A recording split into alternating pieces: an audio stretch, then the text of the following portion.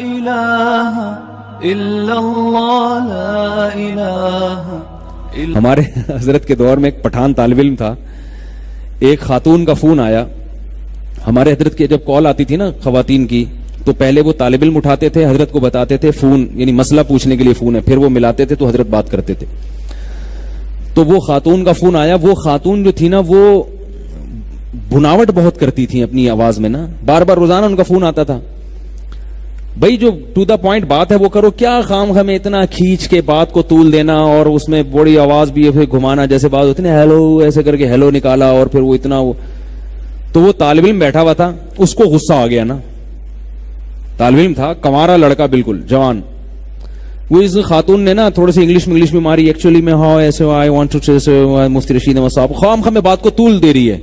اس کو یہ بھائی ٹو دا پوائنٹ بات کرو, مسئلہ پوچھنا تو بتاؤ, میں نے مفتی صاحب سے مسئلہ پوچھنا میں ملا دوں گا, اتنا خام خام فری کیوں ہو رہی ہو. تو اس طالب علم پٹھان تھا, اس نے کیا ٹھش پش لگائی ہوئی ہے. ٹھیک ہے, اس کو ڈانٹ دیا اس خاتون کو, بولے کیا ٹھش پش لگا کے رکھی ہوئی ہے تم نے, مسئلہ پوچھنا ہے تو یہ بولو مسئلہ پوچھنا ہے میں مفتی صاحب سے ملا دوں گا. تو اس کو غصہ آ گیا خاتون کو.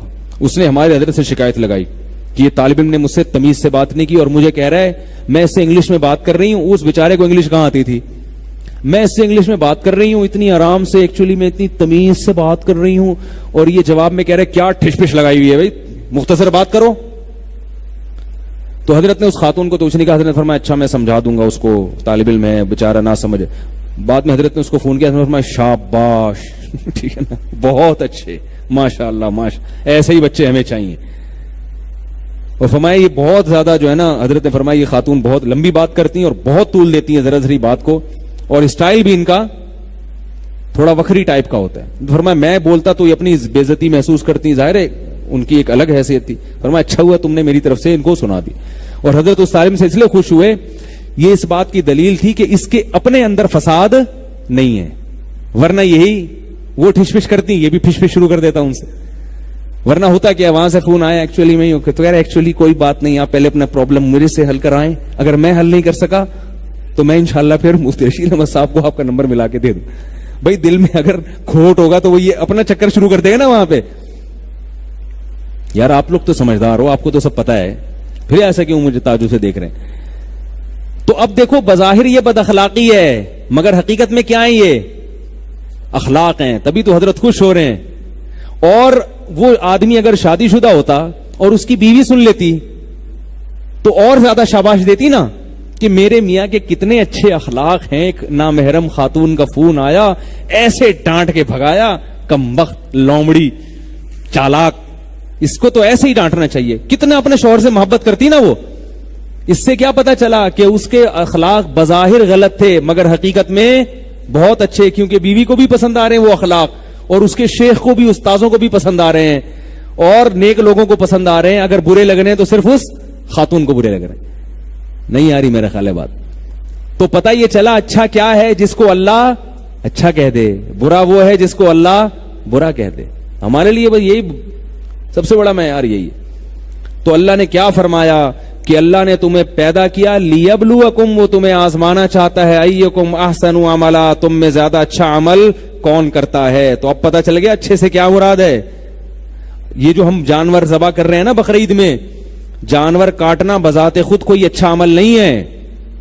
تبھی میں کہتا ہوں صدقے کے بکرے نہیں کاٹا کرو, اس سے ثواب نہیں ملتا, گناہ ملتا ہے.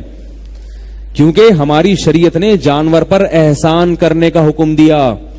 صحابہ کرام ایک دفعہ مرغی کا نشانہ لے رہے تھے, آپ صلی اللہ علیہ وسلم نے منع کیا. عبداللہ بن عمر نے دیکھا کچھ بچے مرغی کا نشانہ تیر اندازی کر رہے ہیں, مرغی پہ نشانے بازی سیکھ رہے ہیں. عبداللہ بن عمر نے سختی سے منع کیا. فرمایا رسول اللہ صلی اللہ علیہ وسلم نے نشانے بازی کرنی ہے بھائی کسی لکڑی پہ کرو, جانور کو کیوں بچار ہدف بنا رہے ہو. ہاں جانور کو کھانا اگر مقصد ہے پھر آپ اس کو تیر سے ماریں, آپ وہ تو اللہ نے حلال کیا ہے آپ کے لیے. کھانا مقصد نہیں ہے تو اس سے زندگی چھیننا غلط ہے. حدیث میں آتا ہے پچھلی امتوں میں ایک نبی تھے, تو نبی کو ایک چیونٹی نے کاٹا, ان نبی نے ساری چیونٹیوں کو مار دیا. اللہ نے وحی کی کہ جس چیونٹی نے کاٹا تھا صرف اسی کو مار دیتے نا, باقیوں کو کیوں مارا. نہیں آ رہی میرا خیال ہے. چیونٹیوں کو مارنا بھی اسلام میں بلا ضرورت, اس کو بھی گناہ قرار دیا گیا ہے کہ بھئی چونٹی تمہارا کیا. ہاں گھروں میں چونٹیاں اگر تنگ کرتی ہیں وہ مار سکتے ہیں آپ, وہ لوگ وہمی ہو جاتے ہیں. بلا وجہ خام خامے چونٹیوں کو مارنا یہ بھی ظلم ہے, منع کیا. مدینہ میں کتے بہت ہو گئے تھے, تنگ کرتے تھے, تو آپ صلی اللہ علیہ وسلم نے حکم دیا کتوں کو مارو.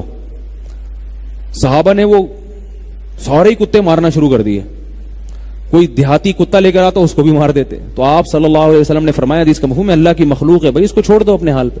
وہ تو زیادہ ہو گئے تھے, تنگ کر رہے تھے, تو جتنا تنگ کر رہے ہیں بس اتنے مار دو, باقی پوری نسل کتوں کی ختم مت کرو. یہ بھی اللہ کی مخلوق ہے.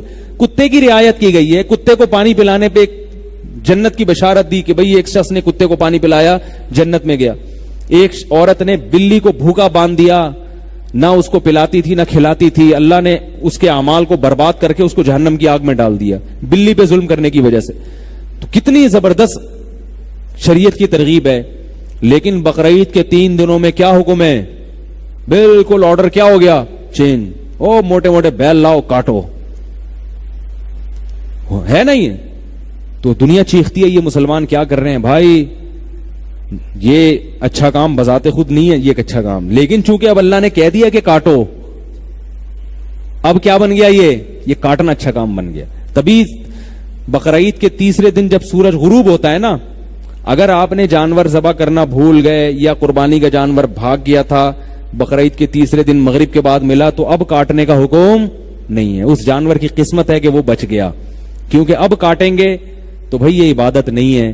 اس لیے کہ عبادت تو بقرعید کے 3 دنوں میں تھا. یہ اب تو جیسے عام لوگوں پر احسان کرنے کا ثواب, اس گائے پر بھی احسان کر کے چھوڑ دو, اس کو اگلے سال کاٹ دینا, یا اس کی قیمت صدقہ کر دو, یا اس گائے کو صدقہ کر دو.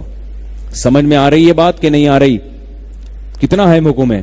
تو یہ بھی قربانی جو ہم کرتے ہیں نا, یہ بھی عبادت کیوں بنتی ہے؟ اللہ نے کہہ دیا, ورنہ یہ بذات خود یہ بھی عبادت نہیں ہے. تو یہ ہے احسن عملہ کا مطلب کہ اچھا وہ ہے جس کو اللہ اس کے رسول اچھا کہہ دیں. بعض چیزیں ایسی ہوتی ہیں جو بڑی مزے کی ہوتی ہیں اور اللہ نے اس کو اچھا بھی کہہ دیا ہوتا ہے. جیسے قربانی کے دن گوشت کھانا دل چاہتا ہے نا, کیا خیال ہے؟ ابے بھائی چاہتا ہے, دل نہیں چاہتا, گوشت کھانے کا دل چاہتا ہے. اور اللہ نے اس عمل کو کیا کہہ دیا؟ اچھا. اتنا اچھا کہ اگر اس دن روزہ رکھ لیا حرام, کیونکہ اس کا مطلب تم گوشت نہیں کھانا چاہتے. عام دنوں میں زیادہ پیٹ بھر کے کھانا اچھا نہیں ہے, قربانی کے دنوں میں گوشت کھاؤ کیونکہ اللہ کھلا رہے ہیں, ضیافت کر رہے ہیں. اب اس دن کوئی کہے نہیں یار یہ تو دنیا ہے, میں کوفتے بھی کھاؤں, میں بقرعید میں کباب بھی کھاؤں, ہو اس سے تو دنیا کی محبت پیدا ہوگی. گوشت کھا رہے ہیں مولوی لوگ بھی, بھون بھون کے کھا رہے ہیں, کوئی کلیجی پکوا رہا ہے, اور یہ تبلیغ سے 4 مہینے لگا کر آئے اور کلیجی دیکھو کیسے کھا رہا ہے. یہ لوگ چھوڑتے نہیں ہے نا, ابھی سہ روزہ لگا کر آیا نہیں ہے اور کباب دیکھو کیسے کھا رہا ہے یہ بیٹھ کے. یہ ہے دنیا, یہ ہے چٹپٹاپن. تو بھائی دیکھنے میں واقعی لگ رہا ہے کہ یہ دنیا کی محبت ہے, مگر عید کے دنوں میں کھانا پینا کیا ہے؟ عبادت ہے, سیلیبریٹ کرنے کا حکم ہے اس کو. اللہ چاہ رہے ہیں کہ بھئی مناؤ اس کو. صرف عید الفطر میں تو 1 روزہ حرام ہے نا, بقرعید میں کتنے روزے حرام ہیں؟ 4 روزے. حالانکہ عید 3 دن کی ہوتی ہے, چوتھے دن بھی روزہ حرام, کیونکہ بھائی ابھی اثرات تو ہے نا, اتنا گوشت ہے, چوتھے دن بھی حرام ہے, ابھی بھی کھاؤ. اور ہم اس پر ایسا عمل کرتے ہیں, محرم میں بھی وہی کھا رہے ہوتے ہیں, کھاتے ہی رہتے ہیں مچھلی. 3-4 دن ہے, تسلی سے کھا لو. عید کے دنوں میں گوشت کی الگ برکت ہوتی ہے, اس کو اسٹور کر کے بعد میں کھاؤ گے جائز وہ بھی ہے, لیکن اس میں وہ ذائقہ اور وہ لذت اور وہ برکت نہیں رہتی, کیونکہ ان دنوں میں اللہ کے کہنے سے کھا رہے ہو, ٹھیک ہے نا, باقی دنوں اپنی مرضی سے کھا رہے ہو. تو میں نے تجربہ کیا ہے کہ بقرعید کے دنوں میں جو گوشت کھانے میں جسم میں طاقت آتی ہے, لذت محسوس ہوتی ہے, اور جو اس میں نورانیت محسوس ہوتی ہے, وہ بقرعید کے یہ جو ایام تشریق ہے نا, ان کے بعد اگر آپ کھائیں گے وہ بات نہیں رہتی اس میں. یہ اللہ کی طرف سے کچھ شاید ہو اس میں کوئی ایسا معاملہ. تو یہ ہے ایکم احسن عملا. سوالات لوگ کافی جمع ہو گئے ہیں. آپ نے پولیو کے حوالے سے بات کرنی تھی اور یہ بھی بتانا تھا کہ آپ پولیو پر کیوں نہیں بات کرتے. بھائی پولیو ویکسینیشن ہے اور یہ فیلڈ ڈاکٹروں کی ہے, مولویوں کی نہیں ہے. سمجھ رہے ہو بات؟ تو جو جس کی فیلڈ ہو دوسرے کو اس میں ٹانگ. اگر یہاں ڈاکٹر صاحب بیٹھ کے مسئلے بتانا شروع کر دیں, طلاق ہو گئی ہے, نہیں ہوئی ہے, یہ سود ہے, یہ بینکنگ حرام, میں بولوں گا بھائی تم نے کیا, یہ تمہاری فیلڈ ہے تو ہماری فیلڈ ہے. تو ایسے ہی جو ویکسینیشن ہے, بچوں کو ٹیکے لگانے چاہیے نہیں لگانے چاہیے, یہ فیلڈ کس کی ہے؟ ڈاکٹروں کی. ایک بات میں آپ سے کہتا ہوں, انٹرنیٹ پہ جو معلومات آتی ہے نا پولیو کے خلاف, ہو سکتا ہے وہ معلومات صحیح ہوں لیکن وہ معلومات قابل اعتبار نہیں ہوتی. انٹرنیٹ پہ بہت الٹا سیدھا پڑا ہوا ہے بہت. إلا الله لا إله